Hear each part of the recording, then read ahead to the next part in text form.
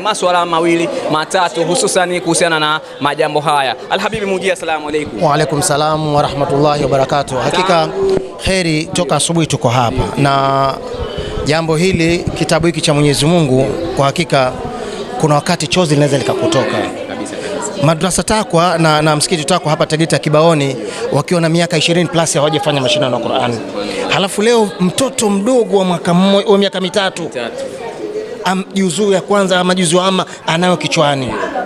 Halafu mwitikio wa wazazi umekuwa mchache, mpaka mgeni rasmi nilimtia simanzi kidogo ili upande wangu, lakini kwa kuwa ni muda mrefu alikaa. Kwa hiyo baada ya hili na walichoahidi wao kwa kabisa la Mtume Muhammad sallallahu alayhi wasallam, si kitu kingine, majambo yetu ni ya kheri. Tuna mkono wangu wa kushoto ninaye Bi Farida Pembe. Ukti Farida Pembe ni mwanaharakati mlinganiaji wa dini ya Kiislamu hususan maeneo haya ya Tegeta. Yeye huyu huwa anapigania sana masuala mazima ya dini kwa maana ya image kubwa sana ya Uislamu. Asalamu alaykum. Wa alaykum salam wa rahmatullahi wa barakatuh. Habari yako? Nzuri kaka yetu. Alhamdulillah.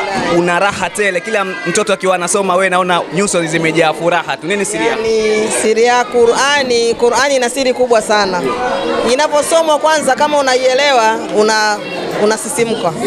Na mimi haya ndo mambo yangu. Ndio maana unaona nilikuwa kila wakati naona, yani natamani niruke. Wewe kwenye mambo mengine hauonekani, wewe unaonekana kwenye mambo haya. Yani hapa leo nilikuwa na mambo matatu. Hayo katika mambo matatu hili ndo nimelipa priority. Kwa hiyo namaliza hapa naenda kwenye jambo lingine. Hili ndo kubwa. Hili ndo kubwa. Anatajwa bwana mkubwa na Mtume Muhammad sallallahu alaihi wasallam. Kama wewe mgeni rasmi siku ya leo, kwa maana ya mgeni maalum, mgeni mwaliko, mgeni wa heshima kabisa, umeadvance kitu gani hapa kwa siku ya leo, kwa maana ya kitu cha utofauti kwa hafla hii ya leo? Umeona ni kitu gani kwa madrasa hii? Kwa hafla hii ya leo, kwanza kilichonifurahisha wale watoto wadogo kabisa wa miaka mitatu kuyahifadhi majina ya Mwenyezi Mungu. Ilikuwa hatari. Nimeona ulishindwa kuhifadhi miezi yetu ya Kiislamu, ni kitu ambacho ilikuwa ni kiu yangu. Katika misikiti yetu yote 10 ndio mara ya kwanza hapa nimeona kwa hawa, sijazunguka kwenye ile mingine, lakini imenipa mwamko mkubwa. Na tunafundishwa nini? Hawa tu train wakiwa wadogo, watajua miezi yao, watajua siku zile, na watajua Qur'ani vizuri sana. Masomo ya sekula sasa hivi yanawachukulia nafasi kubwa sana. Sasa muda wa kuwa train hawa watoto wakiwa wadogo, wazazi watoe ushirikiano kuwaleta wakiwa wadogo madrasa. Lakini umenikumbusha kitu hapo. Jana tulikuwa na moja ya semina kubwa sana pale maeneo ya Temeke, Jue Dikta walikuwa pale, kwa maana ya walimu wanawafundisha watoto kwenye mashule ya kawaida, wanawafundisha watoto, wanaohifadhisha Qur'ani watoto. Na katika ule mkutano pale mgeni rasmi alikuwa ni Sheikh Alhadi Musa, mwenyekiti wa Jemaat Taifa, na moja ya jambo kubwa walizungumza walimu ni kwa maana ya walimu wamekuwa yatima, hawatambuliki, na kati wanafanya kazi kubwa ya kuhifadhisha Qur'ani na kumjua Mtume. Hili unalizungumziaje wewe kama mlinganiaji wa dini, unasafiri mikoa mbalimbali na sehemu mbalimbali? Kwa kusema ukweli, walimu ni kweli wamekuwa yatima, kwa sababu wazazi wamekuwa mbali na hawa walimu. Kazi kubwa wanaoifanya, laiti wazazi wangekuwa wanalijua, wangekuwa mkono, yani bega kwa bega na walimu hawa. Na mimi hiyo ndio kiu yangu kubwa ambayo ninapambana na walimu. Tulianza utaratibu wa kuwa tunawatengenezea zile paki za vyakula. Mwalimu akiingia kufundisha darasani asiwaze nini moto unawaka kule. Wakati tunawapeleka walimu wa kuswalisha gerezani, tulikuwa tunawapa package nzuri. Hutuba alikuwa anapewa 50,000.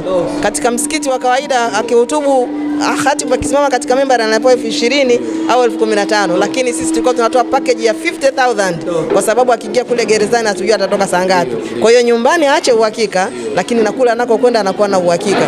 Kwa hiyo hawa walimu ili waweze kuifanya kazi, na wewe mwenyewe umeshuhudia hapa huu umati bila kuutuliza, ilikuwa ni hatari, lakini walimu wamejipanga. Hawa walimu kama wanajipanga watakiwa motivation.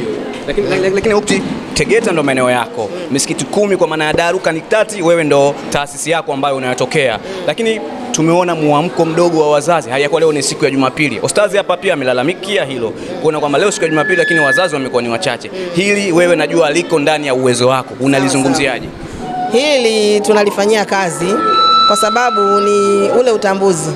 Wazazi hawajakuwa na utambuzi juu ya elimu ya dini na umuhimu wa elimu ya dini. Sababu sengine unaweza kukuta mtu yuko kwenye jambo ambalo sio la umuhimu.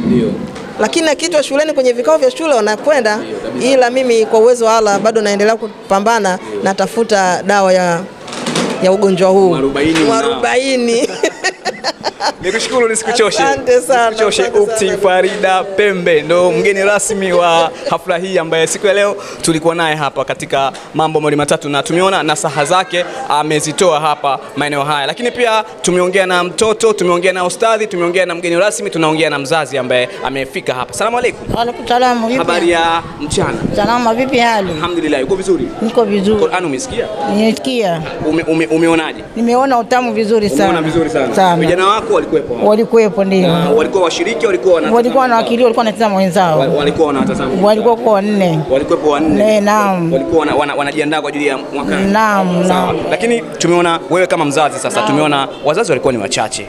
Hili unalizungumziaje labda wewe kama mimi? Hili jambo nalishukuru Mwenyezi Mungu kwa kweli, muendelee na ile jambo, na sisi wazazi tuendelee na watoto kwa sukuma sana, ili wafanye neno la Mwenyezi Mungu, ili kesho amlikiama tu wote pamoja. Wazazi wanaudharau sasa. Na hapana, na wazazi wasidharau kitu hiki, ni kikubwa, ni kitu chenye faida kubwa, chokoza kupeleka ahera. Jambo la kuulizwa kubwa, Muislamu kuulizwa umefanya nini? Naam. Basi nikushukuru sana, nisikuchoshe mamangu, kapumzike. Ni Naso TV pamoja na Samawi TV tukiwa hapa katika maeneo haya ya Tegeta hapa misikiti 10 hii, ambapo moja ya msikiti huo ni huu hapa Masjid Taqwa, na tupo na moja ya maustadhi wa maeneo haya. Asalamu alaykum. Wa salamu wa rahmatullahi wa barakatuh. Naitwa Ustadh nani? Naitwa Ibrahim Haruna Ali. Nadhani wewe ndo ustadhi wa madrasa Taqwa. Naam. Jambo la ngapi? Hili ni jambo letu la kwanza kwa takriban miaka 20 iliyopita, kwa hiyo tunasema ndo la kwanza na tumefungua rasmi inshallah. Tumefungua rasmi. Naam. Kwa uwezo wa Allah halitasimama. Itakuwa msimu tumeplani kwa muda wa mwaka, litafanyika mara 2. Itakuwa ndani ya likizo kubwa ambayo ni mwezi wa 6 na mwezi wa 12 inshallah. 6 na mwezi wa 12. Lakini mwitikio umeuonaje? Alhamdulillah, tunamshukuru Allah, hatukutarajia. Kwanza nitoe shukrani kwa Naso TV, imefanya kazi kubwa sana. Hatukutarajia kwamba jambo litakuwa kwa ukubwa kiasi hichi, lakini huu ni mwanzo. Nadhani kuna vitu vingi tumejifunza kupitia kwenye mashindano ya leo, na inshallah mashindano yatakayokuja kupitia udhamini wenu Naso yatakuwa mazuri inshallah. Na sisi tutakuwa katika wale wanaofanya mashindano makubwa pale Benjamin Mkapa. Amina inshallah. Kwanza Mwenyezi Mungu awatilie wepesi, lakini awape nguvu, mzidi kusimamia majambo ya Mwenyezi Mungu, na inshallah atawalipa kwa kila jambo. Nachomaanisha nyinyi mtakuwa ni moja ya waandaaji wa mashindano makubwa pale katika viwanja vikubwa. Tarajia hili? Wallahi tutashukuru sana, ni nafasi kubwa, nafasi adhimu. Watu wengi wanatamani kuwa kwenye nyadhifa hizo, lakini kama tutapata basi inshallah tunaombea dua na nafasi hiyo mtuletee inshallah tuweze kutimiza jambo hili. Inshallah, nikushukuru sana. Amina inshallah. Furaha yako leo umeiona kwa maana watoto wamefanya vile ambavyo mlivyowafundisha? Naam, furaha yangu kwa sababu ni jambo la mwanzo. Nadhani hata baadhi ya wazazi atende saikuwa kubwa sana, walikuwa na wasiwasi kwa sababu ni jambo la mwanzo, lakini tuna imani watoto leo wamepata confidence kubwa, na imani mashindano yajayo wallahi tafurahi yatakuwa makubwa na zaidi inshallah. Amina inshallah. Bado tupo hapa Tegeta kwa ajili ya kuwaletea majambo ya kheri. Sisi ukiona sura zetu basi jambo la kheri lipo hapo linalomhusu Bwana Mtume Muhammad sallallahu alayhi wasallam. Nipo na mzazi mwingine. Wazazi mimi leo ni lawama tu, ndo maswali yangu ni lawama tu, kwa sababu nimeona jambo la Mtume jambo kubwa, wazazi wachache. Asalamu alaykum. Wa alaykum salaam wa rahmatullahi wa barakatuh. Nzuri. Mwitikio wa wazazi ni mchache. Mwitikio wa wazazi ni mchache kwa sababu walioandaa, nimewalaumu hata mimi mwenyewe kwamba kwa nini wasingetangaza siku ya Ijumaa. Wangelitangaza ili siku ya Ijumaa wazazi wangekuwepo, kwa sababu wapo na wanahudhuria vitu kama hivi. Lakini kwa sababu ni mara ya kwanza, inshallah tunaomba Mwenyezi Mungu atujalie atufikishe. Wamesema Disemba wanataka wafanye tena, wafanye lingine kubwa.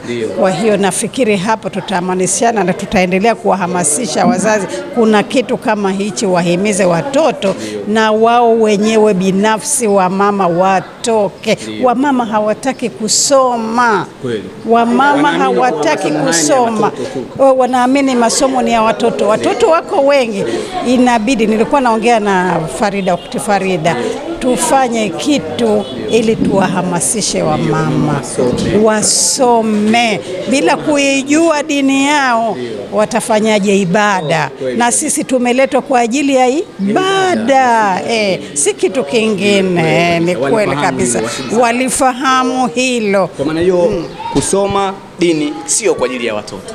Kusoma ni watu wote, hata kama ushakuwa mtu mzimaje, watakiwa kusoma uielewe dini yako. Vinginevyo hatutafika tunakohitaji kufika. Kabisa, hatutafika. Lazima tusome na tutahamasishana kwa hilo. Nimemwambia Farida tusikate tamaa. Yes. Kwa sababu ya majambo kuna wakatishaji tamaa, kuna wale hawatafika wapi. Tusikate tamaa, tuweke mikakati ya kina mama na wao wasome. Kabisa, umeongea kitu kimoja kikubwa sana. Nikushukuru sana mama. Asante sana. Umeongea kitu kikubwa sana. Nadhani kina mama wenyewe watakiona. Kabisa. Basi nikushukuru, na msimu ujao tutakuwa pamoja inshallah. Asanteni sana. Haya ni moja ya habari ya siku leo. Alhamdulillah, siwe. Tangu asubuhi huko hapa. Kazi ilikuwa nzito sana. Naam, kazi ilikuwa nzito. Kazi haikuwa rahisi kwa sababu kukadiria, kutambua kile ambacho wanakifanya watu, kisha kung'amua kosa la kila mmoja, hakika ni kazi nzito, si kazi rahisi. Kwa hiyo kwa taufiki yake Mwenyezi Mungu inshallah tumefanya kile ambacho Allah ametukadiria kuweza kufanya, na alkamalu lillah. Mara ngapi unakuwa jaji? Mara ngapi unafanya kazi kubwa kama hii ambayo leo umefanya? Leo takriban ni mara ya 3. Alhamdulillah, leo ni mara yangu ya 3 na kuwa jaji katika matukio kama haya. Alhamdulillah. Ugumu kwenye mashindano kama haya ya Qur'ani, ugumu huwa unakuwa wapi? Kwa sababu leo tumeona utofauti kidogo, kwa maana kuna baadhi ya watoto wamefungana, kwa maana wote wamepata kura sawa. Ugumu kwa wapi? Ugumu unakuwa katika kuchunga zile hukumu, wakati mwingine kulingana na lafudhi ya mtoto, sauti ya mtoto.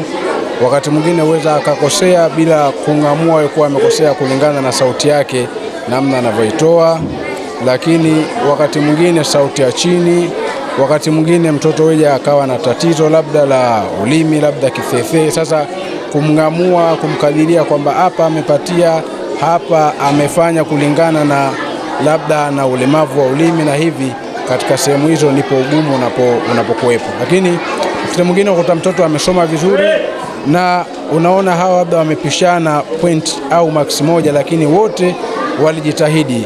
Nipo hapo inapotumia hikma na busara kwamba hapa kuna haja ya hawa kuwaweka sehemu moja. Yako kwa wazazi sasa, kwa sababu watoto bila wazazi si kitu, kwa maana wazazi ndio wamesababisha mpaka watoto leo hii kufika hapa. Lakini kuna baadhi ya wazazi huwa wanasema kuwa wanadili zaidi na shule kuliko madrasa, kuliko sehemu ambayo watoto huwa ndio wanapata mafundisho mazuri.